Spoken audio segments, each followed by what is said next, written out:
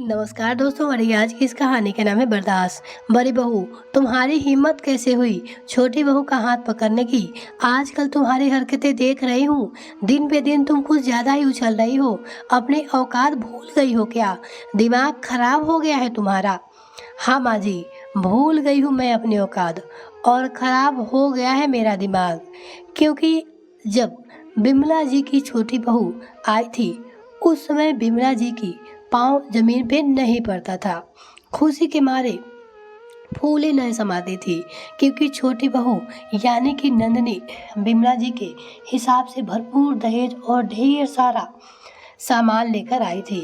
मनचाहा दहेज पाकर और ढेर सारा सामान पाकर बिमला जी इस समय खुशी से पागल हो गई थी।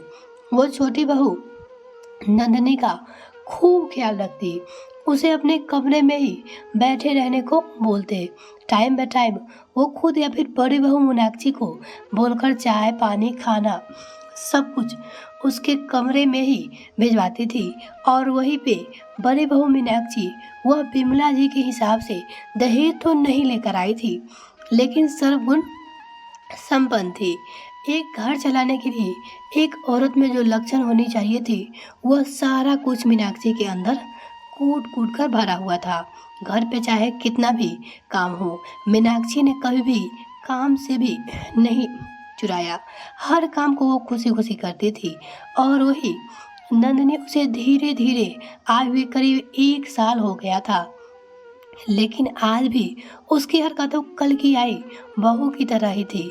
वो अपने कमरे में ही दिन रात पड़ी रहती, जबकि अब वो एक बच्चे की माँ भी हो गई थी।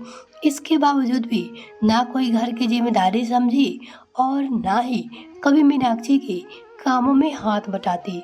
फिर भी मीनाक्षी ने कभी भी नंदनी को कुछ भी नहीं कहा।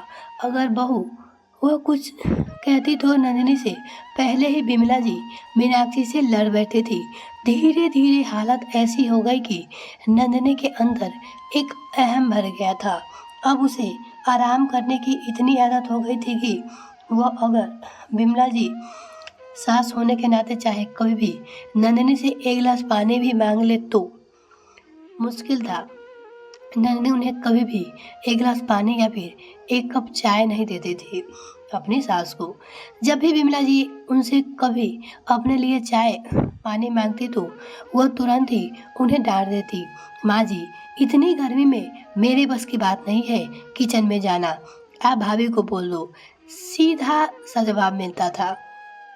नंदनी का जवाब सुनकर बिमला जी की हिम्मत ही नहीं होती थी कि उसको कुछ भी बोल सके, क्योंकि मन बढ़ाया हुआ तो उन्हीं का ही न था। बिमला जी भूल गई थी कि छोटी बहू दहेज ही नहीं, दहेज का घमंड भी लेकर आई थी। धीरे धीरे 3 साल निकल गया। अब नंदनी का बेटा भी स्कूल जाने लगा था। मीनाक्षी का बेटा सुबह 7 बजे ही स्कूल के लिए निकल जाता था, इसलिए मीनाक्षी 5 बजे से उठकर बेटे को तैयार करने में, उसका लंच बनाने में जुट जाती थी। और नंदनी का बेटा वह सुबह के 8 बजे स्कूल जाता था, तो नंदनी आराम से 7:30 बजे उठती और बना बनाया खाना पैक करके अपने बेटे को दे देती थी। नंदनी का बेटे का टिफिन या तो नंदनी रखती थी या तो बिमला जी खुद ही रखती थी। मीनाक्षी के साथ उस घर में बिल्कुल सौतेला जैसा व्यवहार होने लगा था। अगर नंदनी कोई भी काम करने किचन में जाती तो बिमला जी तुरंत उसके पीछे पीछे उसका हाथ बटाने चली जाती, लेकिन वही मीनाक्षी दिन रात किचन में लगी रहती। फिर भी बिमला जी कोई असर नहीं होता। देखने में ऐसा लगता ही नहीं था कि मीनाक्षी बिमला जी की बड़ी बहू है। बिमला जी का व्यवहार और नंदनी के प्रति बढ़ता प्यार और अपनापन देखकर कहीं न कहीं मीनाक्षी को भी तकलीफ अब होने लगी थी। आखिर वो कोई भगवान तो नहीं थी, वह भी तो एक आम इंसान थे। उन दोनों का व्यवहार देख धीरे धीरे उसके मन में भी उन दोनों के प्रति चिढ़ आने लगी थी। नंदनी से ज्यादा गुस्सा तो उसे अपनी सास पे आता था कि किस तरह वो बात बात पे नंदनी का पक्ष लेती है, उसे कोई काम भी नहीं करने देती है एक दिन अचानक गैस खत्म हो गया। मीनाक्षी की सारी तैयारी धरी की धरी रह गई, क्योंकि दूसरा गैस भरा हुआ ही नहीं था। अब मीनाक्षी अपने बेटे को स्कूल कैसे भेजे? वह बेटे को स्कूल छुड़वाना भी नहीं चाहती थी, इसलिए उसने उसे बिस्कुट और नमकीन के पैकेट देकर अपने बेटे को स्कूल भेज दिया। लेकिन वही आधे घंटे बाद बिमला जी ने नंदनी के बेटे के लिए जब बाहर से केक और सैंडविच मंगवा कर टिफिन में दिया, तो मैं तो मीनाक्षी को बहुत दुख हुआ। मीनाक्षी को उसे अपने बेटे के लिए बहुत रोना आ रहा था। मीनाक्षी ने सोचा, अगर माँ जी यह सब मेरे साथ करती है तो मैं बर्दाश्त भी कर लेती हूँ, लेकिन मेरे मासूम बच्चे के लिए उनके मन में ऐसी भावना है।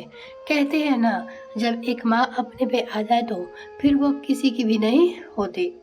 आज मीनाक्षी का एक रूप बहू का नहीं, एक माँ का था।